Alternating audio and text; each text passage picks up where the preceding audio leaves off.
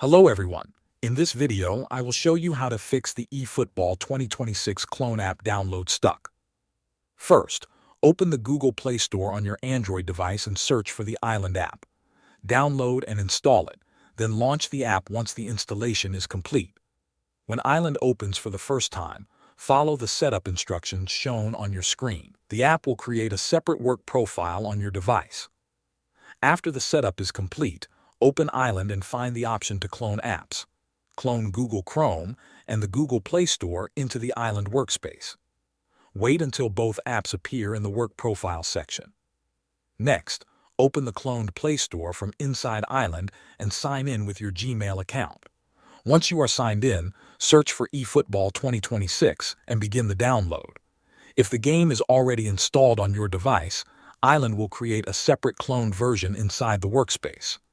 Allow the game to download and install completely.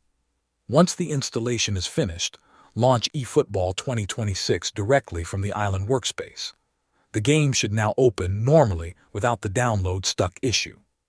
Thanks for watching.